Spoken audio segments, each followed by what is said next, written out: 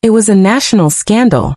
Rice, the staple food feeding millions of Burkinabe families, was mostly imported, despite the country's vast lands, abundant labor, and deep-rooted rice farming traditions.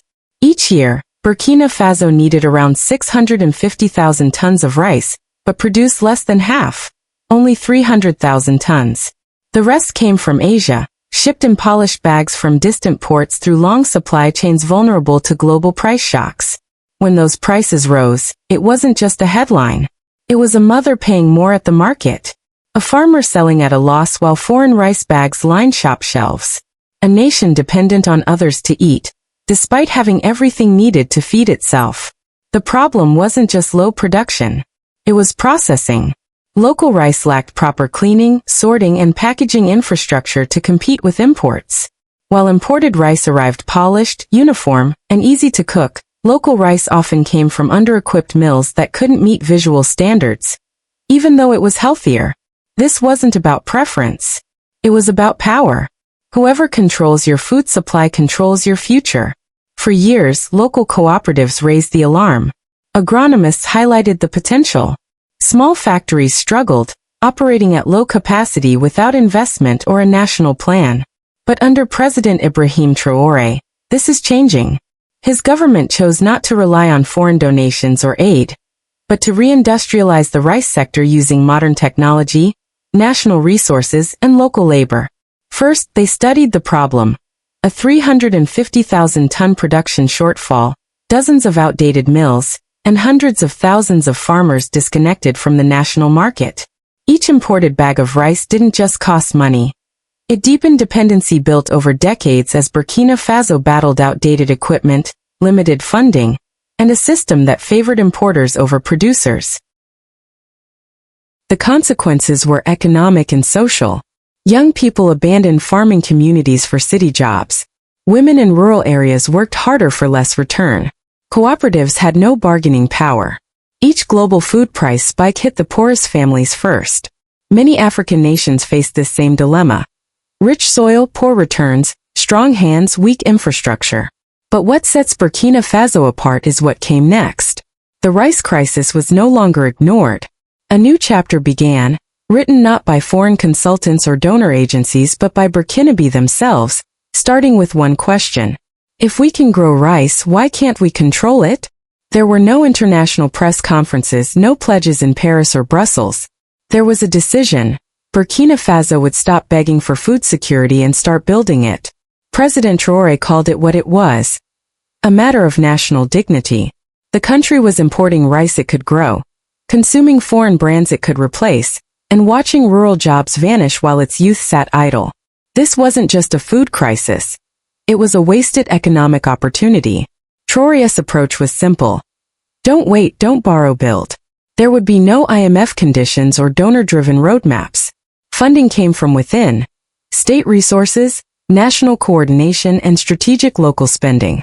It was a bold move in a region reliant on external financing for agriculture. At the heart of this strategy was upgrading rice processing.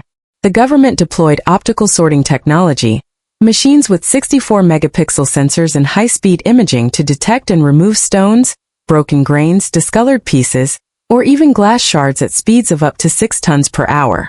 Previously, most mills used manual or outdated mechanical systems, making locally grown rice uncompetitive despite its quality.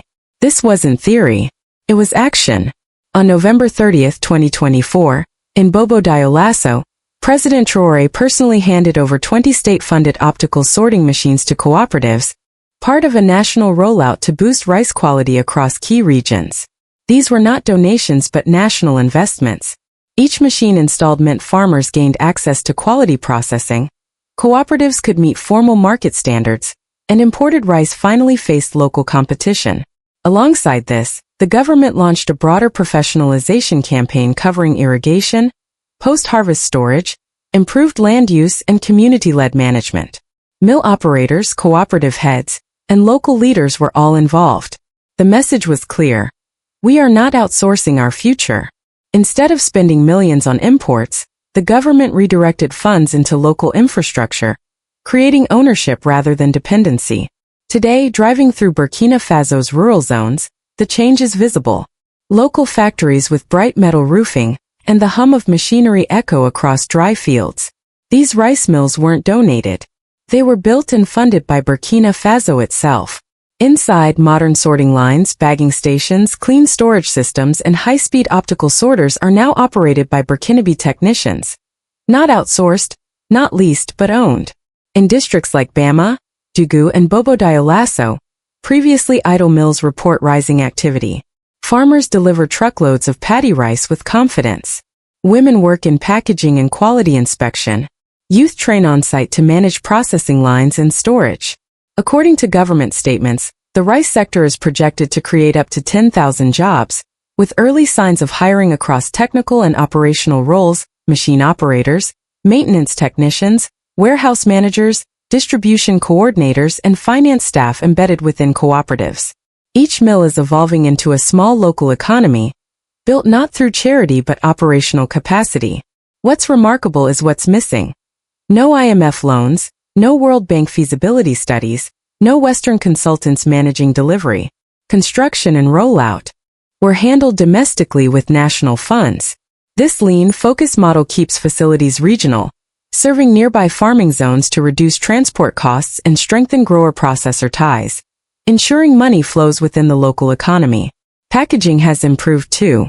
Local rice now leaves mills sealed, sorted, and market-ready, matching imported brands while retaining its nutritional value.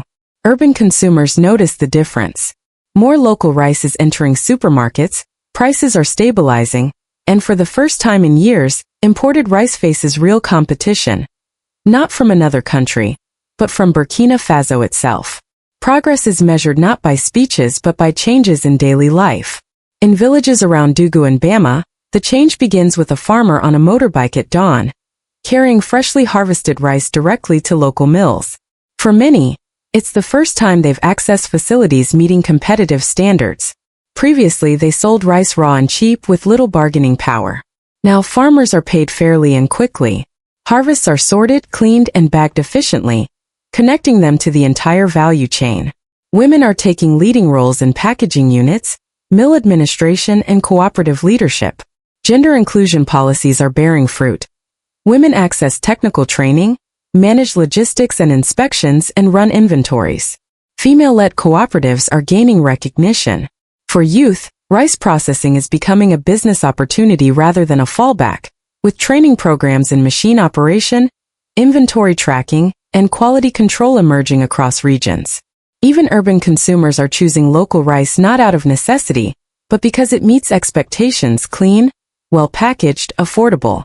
Restaurants, schools, and hotels are buying local. Families are eating rice grown and processed in Burkina Faso, keeping every franc spent circulating within the country. This impact is quiet but powerful. It's not charity. It's a system that rewards work and builds pride. Across Africa, leaders are paying attention, not because of headlines or conferences, but because the proof is visible.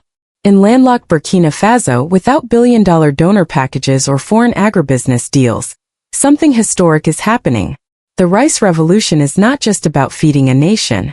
It is about proving that development does not require dependency, that dignity is not negotiable, and that African countries can industrialize without former colonizers' blueprints.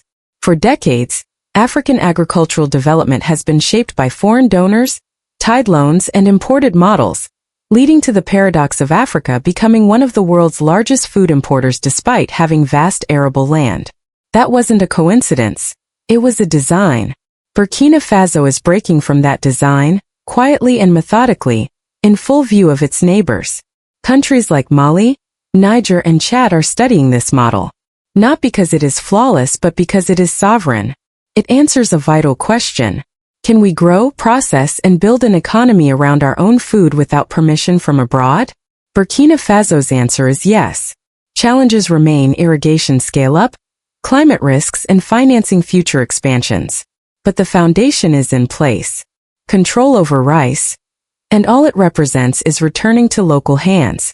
Money once paid to foreign suppliers now goes to Burkinabe workers. Jobs are local. Youth have reason to stay and build.